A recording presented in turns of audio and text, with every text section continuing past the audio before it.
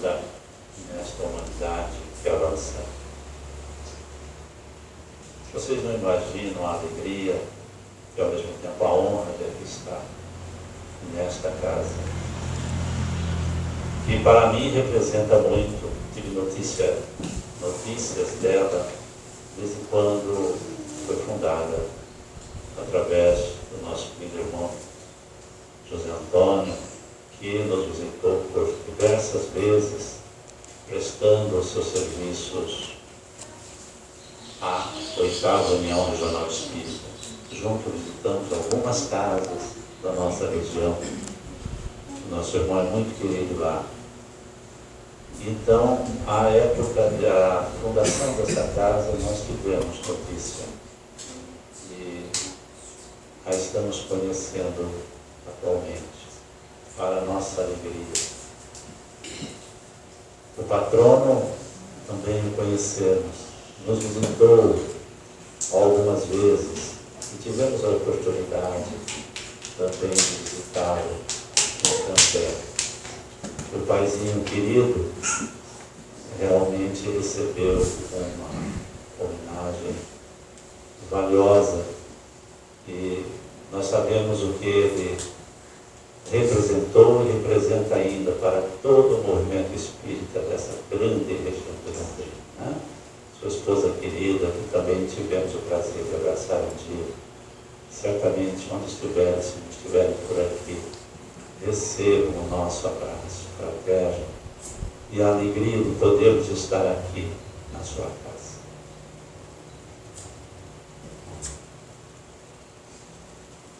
Me permitam, já que o clima de festa, começar então com um poema. Nesta voz que está num processo de recuperação, vocês me desculpem,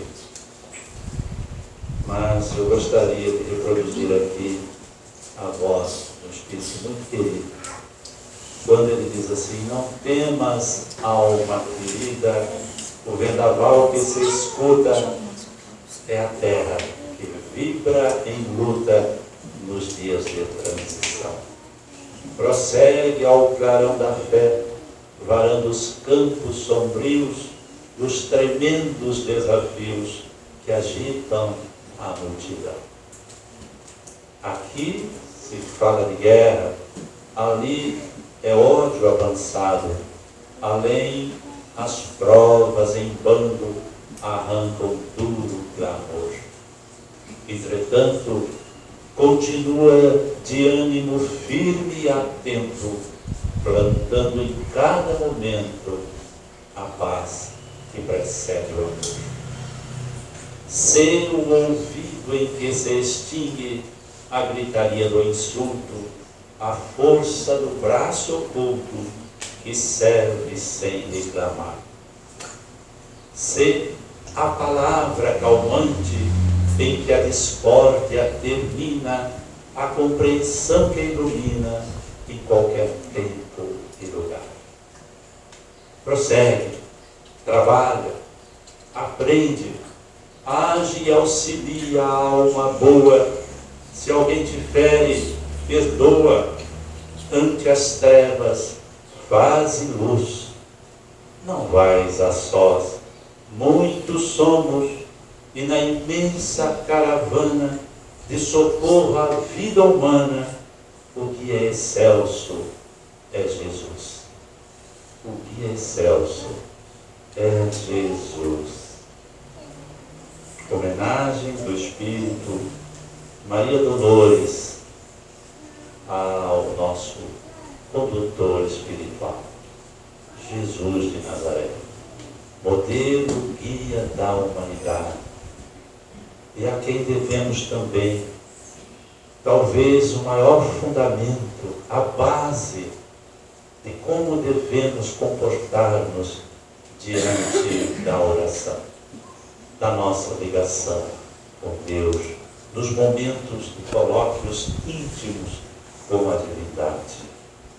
Então, estaremos sim utilizando-nos nestas reflexões rápidas desses fundamentos de Jesus ao lado daquilo que nos oferece em algum momento a codificação espírita.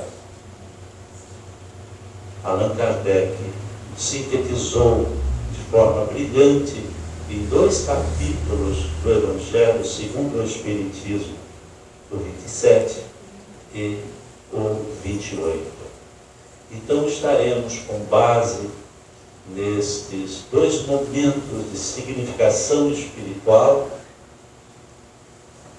refletindo um pouco a respeito da oração. Às vezes, nós telefonamos a um amigo e o telefone não é atendido. Ruídos na linha, falha da operadora, ou simplesmente o amigo não atende ao telefone. Com Deus isso não acontece, não é? Deus sempre atende ao telefone. A oração tem esta significação: um telefonema a Deus, a fim de que se possa estabelecer esta divina conversação. Muitas pessoas afirmam ser desnecessária a oração. Afinal de contas, Deus, através dos seus atributos, tudo sabe. Por que dizer a Ele? Por sinal, sabemos que Deus é onipresente, onisciente e onipotente. E se Ele é tudo isso, qual é a necessidade que temos de nos dirigirmos em oração ao Pai para pedir, ou mesmo para louvar, para agradecer? Qual é esta necessidade? Ademais, afirmam algumas pessoas, as leis de Deus são perfeitas e, assim sendo, não há qualquer possibilidade de que sejam derrogadas. Allan Kardec, na altura do capítulo 27 do livro do Evangelho segundo o Espiritismo, enfrenta estas considerações até bastante consistentes, porque efetivamente Deus, em seus atributos, está presente em tudo sabe e tudo pode. E as suas leis, sim, sendo perfeitas, não precisam ser derrogadas. Mas afirma Allan Kardec que isso está muito distante do fato de que, então, tudo está encadeado num sistema de fatalidade. Não é assim que acontece. Pois que o Pai nos concedeu o livre-arbítrio. E nós estudamos muito bem uma lei, na segunda parte, na terceira parte do Livro dos Espíritos, que se chama Lei de Liberdade. E em nome dela, a concessão do livre-arbítrio, a nossa livre vontade. Então há espaço de movimentação sem que firamos as leis que estão postas, assim como o atraso ou o avanço dos ponteiros de um relógio não alteram nem anulam a lei do movimento. Nós, então, navegamos, sim, por essas águas da liberdade. E assim como a temos, também tem os nossos irmãos superiores para agir, contribuindo com a nossa economia espiritual e até material. Pois que não podemos esquecer que, dentre as leis divinas, uma também se coloca, que é a de misericórdia. E em nome dessa lei, nós todos podemos interagir no sentido de contribuir com aqueles que podemos alcançar. Mas afinal, por que então necessitamos pedir para alcançar algum benefício através da oração? Bem, observemos esta gravura que não deixa de ser bem interessante.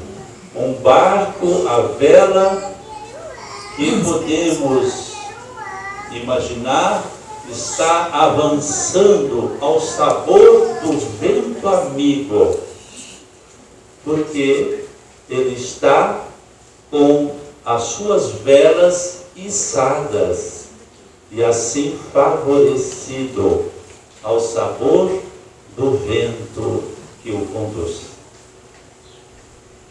Mas e se ele estivesse com as velas arriadas? A sua velocidade seria bem menor, pois que apesar do vento amigo estar presente, o barco não estaria sendo favorecido por ele. Assim é a oração em nossa vida. Quando nós nos colocamos a orar, ou no estado de oração, são as velas da nossa alma que se levantam e nós podemos colher o favorecimento desta presença divina que nunca está ausente verdadeiramente, mas nós precisamos nos colocarmos na melhor condição para assimilar todo o benefício que Deus nos endereça. Somos herdeiros de Deus, mas não para um futuro, desde já, desde sempre, uma vez que o Pai se coloca em nosso interior, ao nosso redor. Estamos em Deus. Precisamos eliminar as barreiras que nós depositamos em nós através dos vícios morais. Não é que precisamos criar as condições próprias da nossa elevação, elas estão em nós. O que precisamos remover são as situações impróprias que se sobrepuseram, impedindo que possamos manifestar toda a situação divina que se faz presente em nós. A oração facilita esse processo. Então, é abrir as comportas da nossa alma, içar as velas do Espírito para a comunhão com Deus.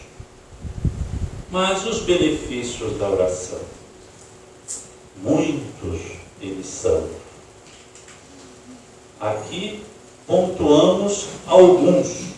O primeiro deles é a condição fluídica ambiental, pois que nós sabemos, ao estudarmos lá em a Gênesis capítulo 14, que os nossos pensamentos, os nossos sentimentos atuam sobre os fluidos ambientes, já que vivemos num mar de fluidos.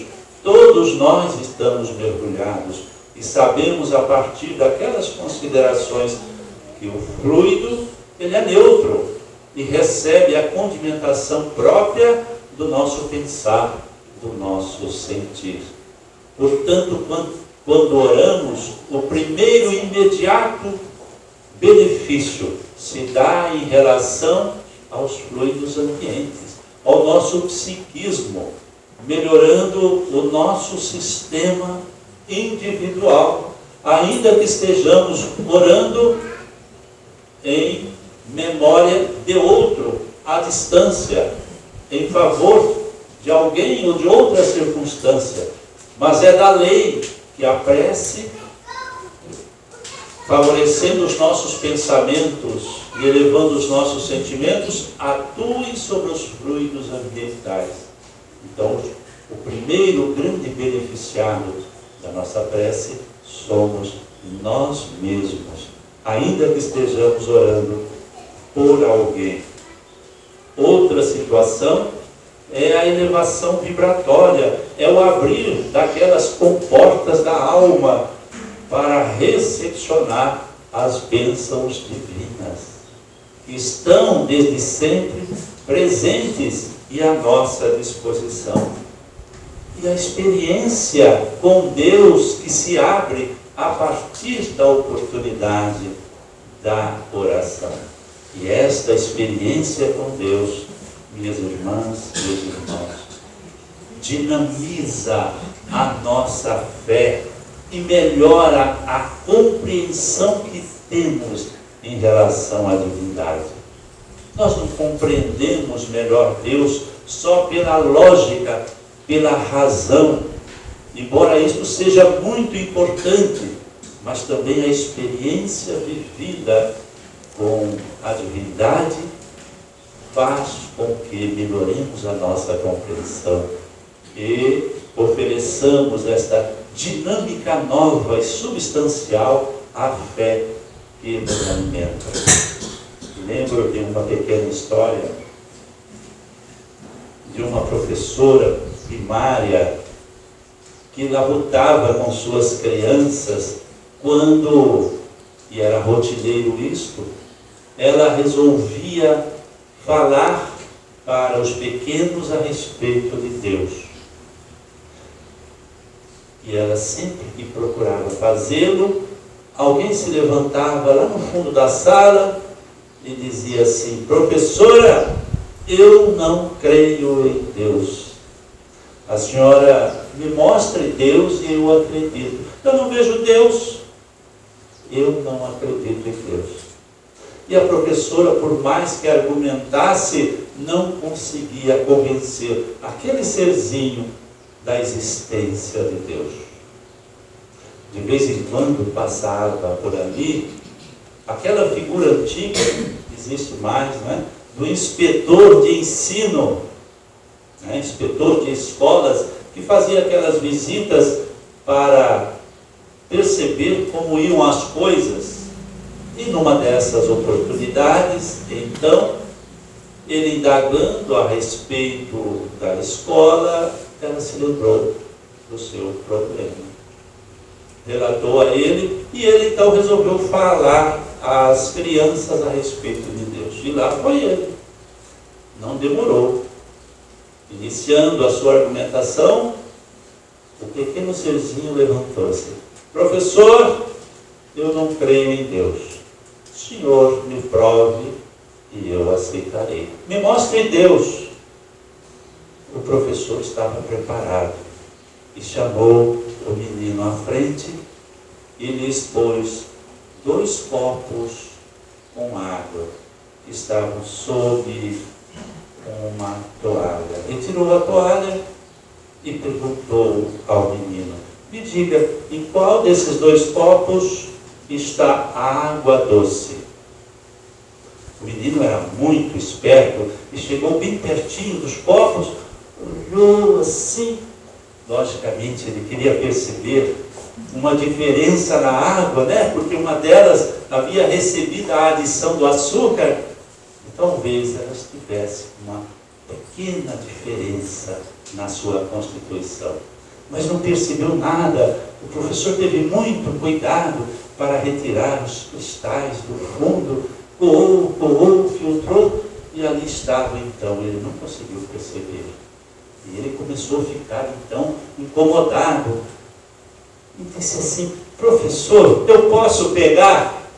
O professor falou: sim, pode pegar. Então ele pegou o copo, observou assim, bem perto, o outro copo, imaginando que algum pequeno cristal pudesse ali estar, e ele então poderia dar a resposta certa. Não conseguiu. E aí ele ficou muito constrangido, então fez a grande pergunta: professor, eu posso experimentar? O professor falou: sim, pode. Então ele pegou um copo, experimentou, e o outro falou: ah, este aqui, professor, este é o copo que contém água doce. E o professor então arrematou, fazendo o filho. Deus é assim. Precisa ser experimentado. A experiência com Deus é fabulosa e permanece em nós, em nossa vida.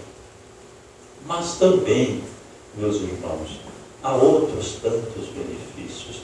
Por exemplo, serve a oração como uma verdadeira autorização para que almas nobres intervenham em nosso favor no decorrer da vida, em face de circunstâncias múltiplas que nos afetam.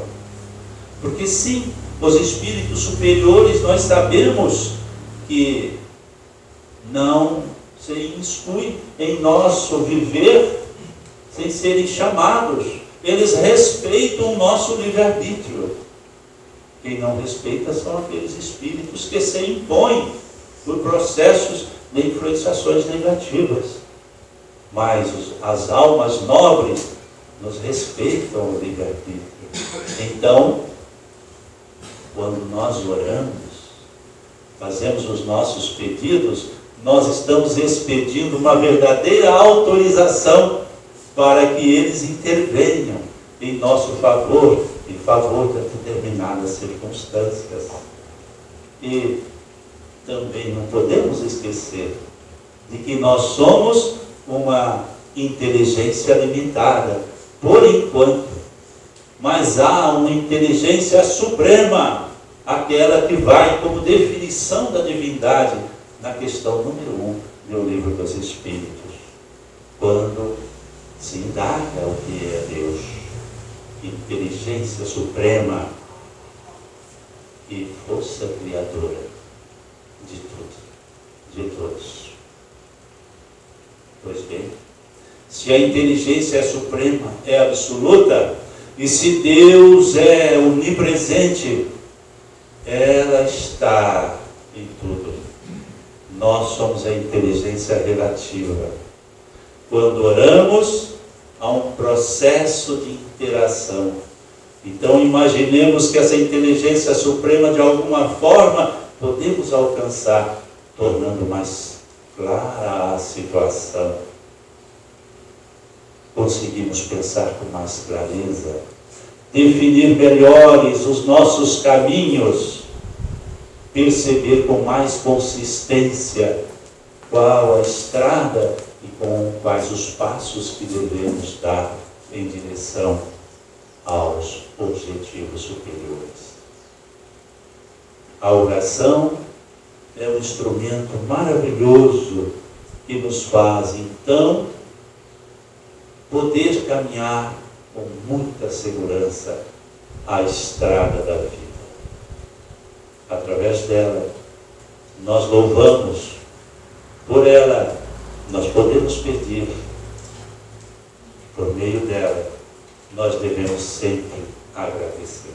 Mas, como nos definem a oração os espíritos amigos? Há muitas definições.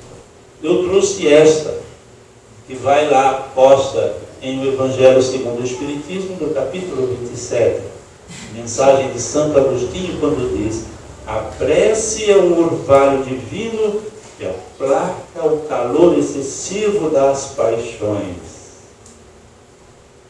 Aí está uma coisa muito importante, pois que nós temos que vencer em nós são exatamente esse excesso de paixões, que são os nossos vícios. Uma vez que sabemos, ao estudar o Livro dos Espíritos, que as paixões são valiosas, porque é aquele plus da vontade que se coloca para alcançarmos os nobres objetivos da vida. Quando passam do ponto, se estabelecem na condição de vícios. A prece faz sossegarem. A prece aplaca este calor excessivo das paixões. Né? É uma definição poética de Santo Agostinho. Ele fala do orvalho divino. Nós sabemos a importância do orvalho, né? Pois que ele dá fulgor, beleza à natureza. Os fotógrafos que o digam, quando eles vão fotografar a natureza, preferem a manhã radiosa, quando o orvalho ainda está presente, porque há todo um fulgor na vegetação, uma beleza aumentada. Então, é uma definição poética e ao mesmo tempo muito verdadeira. Mas quais as condições ideais da prece? A primeira delas, nos dizem, é o recolhimento. É aquele momento em que nós devemos melhor nos condicionarmos para telefonar para Deus, para fazermos a nossa oração. E Jesus, que vai relatar por Mateus 6, capítulo 6, versículo 6. Tu, porém, quando orares, entra no teu quarto interno e, tendo fechado a porta, ora a teu Pai em segredo. E teu Pai, que vê no segredo, te recompensará. Lógico que esse quarto interno a que Jesus se refere não é o quarto físico do nosso lar, embora seja o quarto em nossa residência a peça mais íntima, né, de toda a estrutura doméstica, fisicamente falando. Então traz a relação de uma metáfora. Mas quando Jesus fala desse quarto, é da nossa intimidade, é o mais fundo do nosso ser. Portanto, o movimento não é para o exterior, é para o interior. Então, a oração independe do lugar, né? Ou mesmo da postura. Tudo isso é importante, lugar, postura, como acessórios que criem um condicionamento para melhor estarmos para fazer a oração. Mas o grande movimento inicial da oração é volvermos-nos para a nossa intimidade, o que pode ser alcançado pelo silêncio exterior e o silêncio interior, né? Na leitura de uma página, enfim, é esse mergulho para dentro de nós. A sinceridade também vai colocada lá do item 1 ao 4 desse capítulo 27 do Evangelho segundo o Espiritismo. Mateus 6,5. E quando orardes, não sereis como os hipócritas, que gostam de orar pondo-se de pé nas sinagogas e nas esquinas das ruas largas, para se mostrarem aos homens. Não, é expor-nos para Deus, sinceramente, sem nenhuma justificativa, porque Deus não precisa das nossas considerações. O papel da oração é de integração. Nós podemos orar sem palavras, sem justificação, num estado de alma sincero, a partir do recolhimento e também a pureza dos sentimentos. Que quer dizer aquela disponibilidade para o perdão, uma vez que o outro é igualmente filho do Altíssimo, como nós o somos. Como nos dirigimos a Deus com toda a sinceridade, com toda a pureza de sentimento, se temos animosidade contra o outro, né? Então vai lá colocado em Marcos 11:25, quando estiverdes orando, perdoai se tendes contra alguém algo, para que também vosso Pai que está nos céus vos perdoe as vossas transgressões.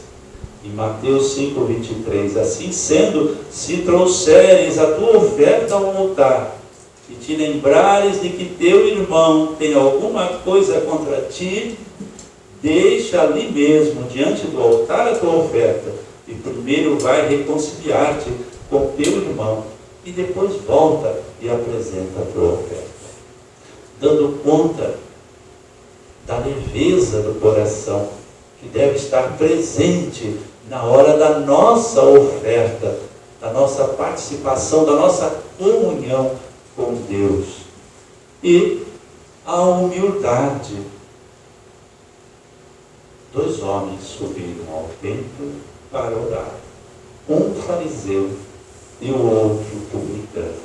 O fariseu de pé orava dizendo: ó Deus, eu te dou graças porque não sou como os demais homens, exploradores, adúlteros, injustos, nem como este publicano. E seguiu, enquanto o publicano apenas batia no peito e dizia: Senhor, tem misericórdia de mim. E depois Jesus cumprimenta, dizendo que este último foi que voltou justificado para a casa, e não o primeiro, dando conta de que a humildade, esta rainha das virtudes, deve ser sempre cultivada. E a oração sem a humildade vai muito dificultar. Ainda lá em o Evangelho segundo o Espiritismo, nesse capítulo, nós vamos encontrar que a oração feita nas melhores condições, observados esses critérios, com certeza, quando nós pedirmos, a resposta sempre vem. Às vezes não vem de imediato, porque não é o melhor momento, mas o Pai sabe qual é este melhor momento. O Pai sempre sabe o que precisamos. Então, às vezes, nós pedimos o que queremos, mas Deus concede o que necessitamos, porque Ele vê as nossas necessidades espirituais. Enquanto nós, aqui na terra, temos os olhos envolvidos pela nebulosidade da matéria, e nem sempre conseguimos perceber verdadeiramente as nossas maiores necessidades. Então, devemos sim entender as respostas que Deus nos dá nos momentos de oração. Nem sempre é o que queremos, mas sempre será o que precisamos. Mas, diz o texto do Evangelho, que existem algumas coisas que vêm de imediato e que 100% Deus nos atende quando pedimos. E ali vai então relatado que há 4 situações que jamais Deus modifica quando nós pedimos dentro das melhores condições, quando oramos verdadeiramente. E estas coisas são coragem, paciência e resignação. Isto vem de imediato, sem esperar e sem qualquer modificação. Quando oramos com fé, com sinceridade, no recolhimento, com a pureza dos sentimentos e com humildade, teremos coragem, teremos paciência, teremos resignação diante das provações que nós estaremos passando. E também diz o texto: nos concederá os meios de nos tirarmos por nós mesmos das dificuldades, mediante as ideias que fará nos surgiram os bons espíritos. Aí entra a figura majestosa do nosso anjo guardião, do nosso mentor espiritual, dos espíritos amigos que estão em nome de Deus, sempre procurando contribuir com a nossa economia espiritual aqui na Terra. Sejam os nossos pedidos dirigidos ao Pai ou a qualquer entidade superior, é sempre em nome de Deus que estas entidades agem em nosso benefício.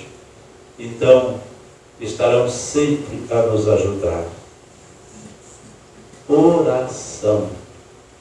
É interessante este verbete, eu até o prefiro em lugar da prece, porque a sua constituição é interessante, né? É orar mais ação, né? Então a oração é a união desses dois pequenos e significativos verbetes. Orar, esta comunhão, e a ação, ou seja, a nossa disposição sendo sempre de estar realizando, de estar produzindo, de estar lutando para o melhor. A nossa oração se fará sempre com a ajuda, com o apoio desses amigos espirituais. Meus irmãos, minhas irmãs, eu tenho casado, eu não sei qual que eu devo tomar. Eu vou por aqui, porque aquela ali parece que está gelada, e a minha voz vai agradecer por essa aqui. Essa aqui não é proibida não, né, gente?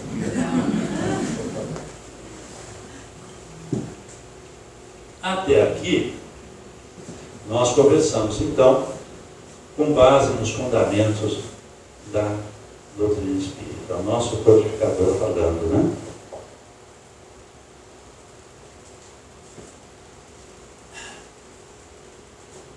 Agora, se me permite, gostaria de chamar a figura excelsa do nosso grande condutor espiritual, que é Jesus.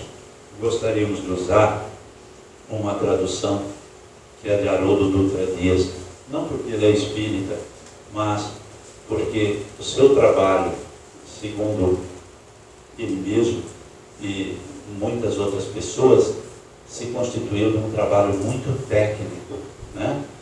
E ele traduz então a oração dominical, o Pai Nosso, nesses termos que aí vai posto, vão postos aí nesses termos. E nós gostaríamos de fazer uma pequena análise, porque nós sabemos que quando Jesus nos sugere esta oração, por certo, ele não faz, senão naquela medida de nos orientar quanto à postura de orarmos. Ele está nos ensinando como orar, e não exatamente uma fórmula para ser repetida. Há muito ensino aí. Então, ainda que rapidamente, nós temos que fazer algumas considerações. Ele começa assim, né? Pai nosso que estás no céu. A primeira palavra é altamente significativa, né? Pai. Ele poderia ter colocado Deus, o grande arquiteto, criador, mas ele resolveu colocar Pai. E nós sabemos o significado desta palavra, Pai, né? Pai é tudo que nos envolve em proteção, em orientação, em atenção, em acolhimento, em conforto, né? Em cuidado. Pai é amor. Lógico, pai aí é pai, mãe. Então Jesus está sinalizando que Deus é essa estrutura de proteção, de apoio, de acolhimento, de amor. Deus é para ser amado, não é para ser temido. Deus não está longe, está envolvendo, está presente. Então Jesus começa sinalizando esta realidade para todos nós, que nos orienta quando nós vamos ter esta comunhão com Deus. É Deus presente, não é Deus lá longe, né? É Deus junto. E esse Pai, diz ele, é nosso. Que ensino grandioso, porque é nosso. Se é nosso, não é só meu. Ele não diz meu Pai, diz Pai nosso. Se é meu pai, é pai do outro, né? É pai do Oswaldo, do Carlos, do Zé Antônio, é pai de todos nós, é pai do nosso amigo, é pai do nosso inimigo, é pai do santo, é pai do criminoso, é pai nosso.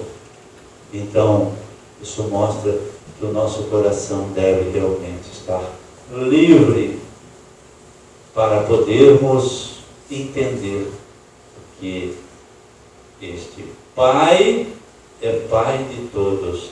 Então, devo lavar o meu coração em relação às animosidades que eu tenha em relação ao meu irmão.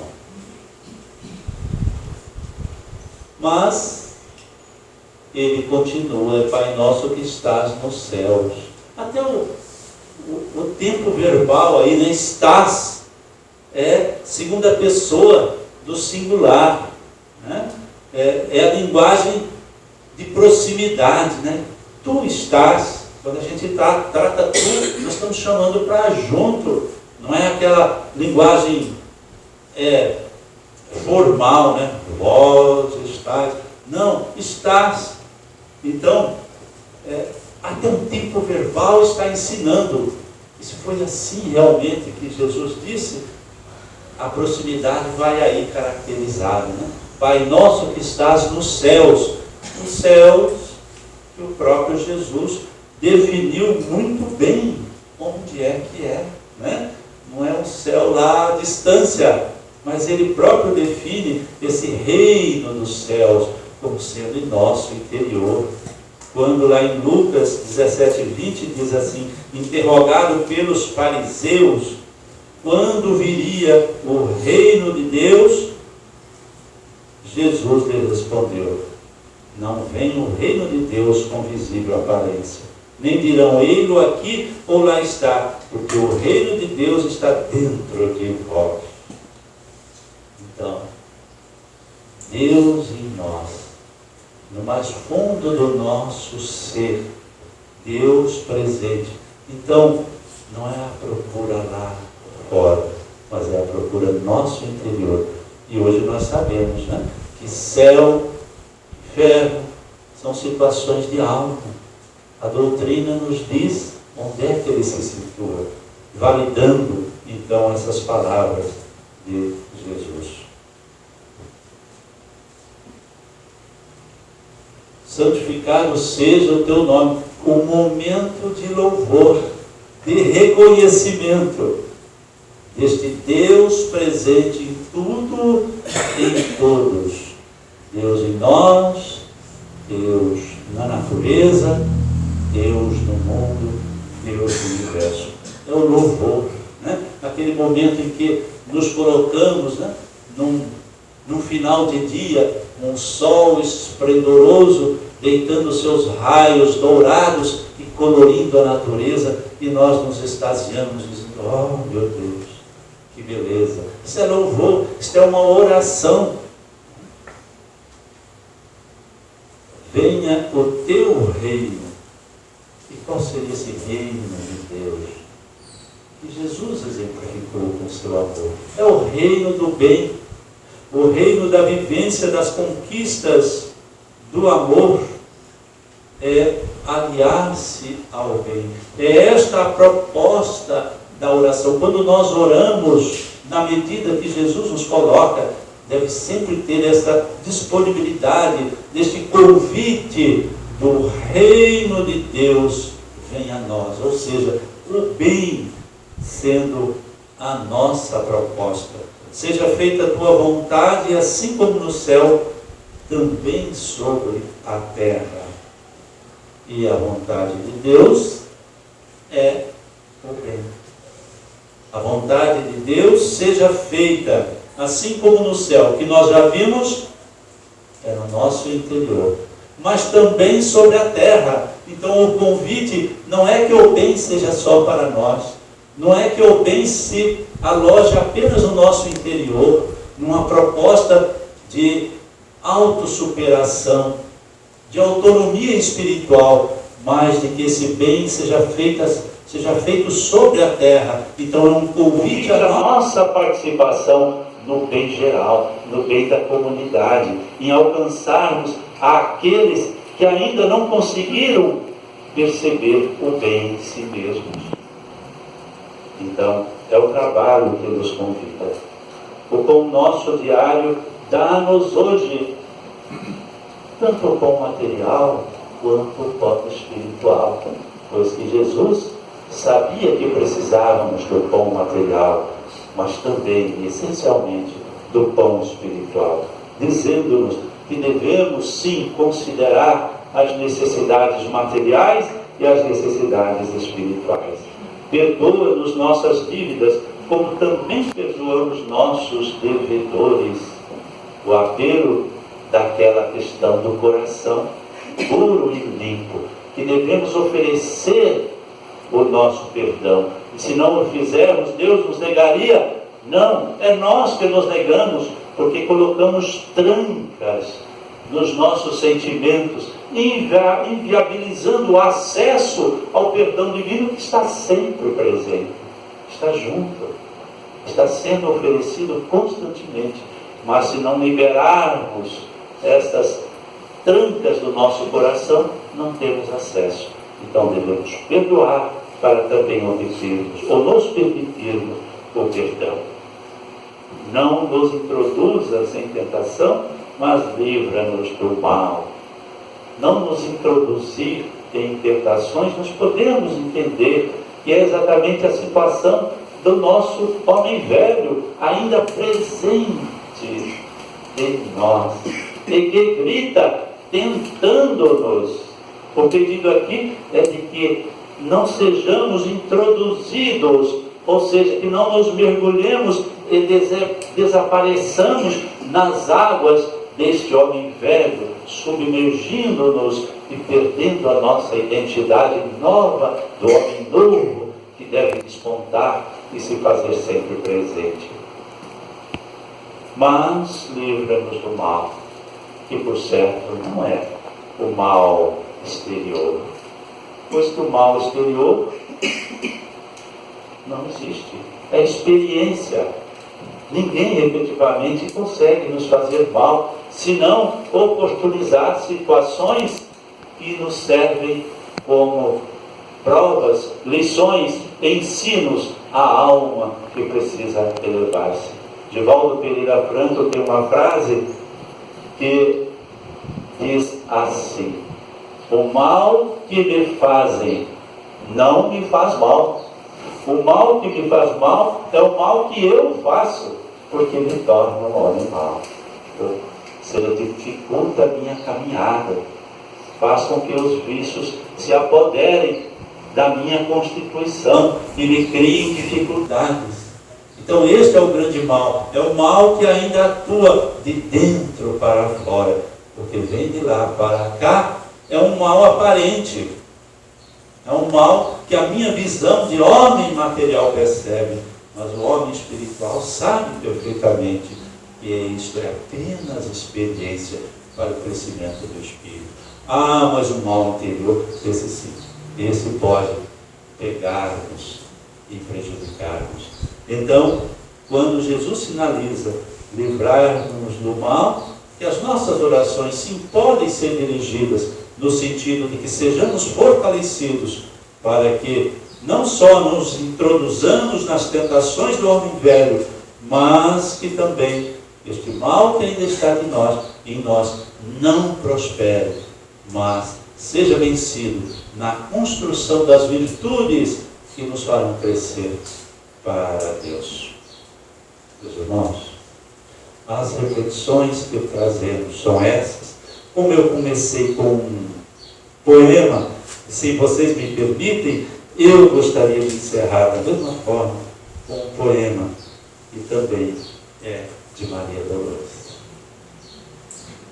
Agradecemos, Jesus, ao teu amor infinito, este recanto bendito que nos ergueste por lá. O pão que nos dá a mesa, a confiança, a harmonia, o entendimento, a alegria e a bênção de trabalhar. Agradecemos o apoio de tua força divina que nos ampara e ilumina desde a terra ao mais além. Os aguilhões do caminho e o duro rigor da prova que nos eleva e renova para a conquista do bem. Agradecemos ainda o culto vivo da prece que em tudo nos enriquece de paz, união e luz. Permite que te roguemos, nunca nos deixes a sós, seja onde for, venha a nós, fica conosco, Jesus, fica conosco, Jesus. Muito obrigado, meus irmãos.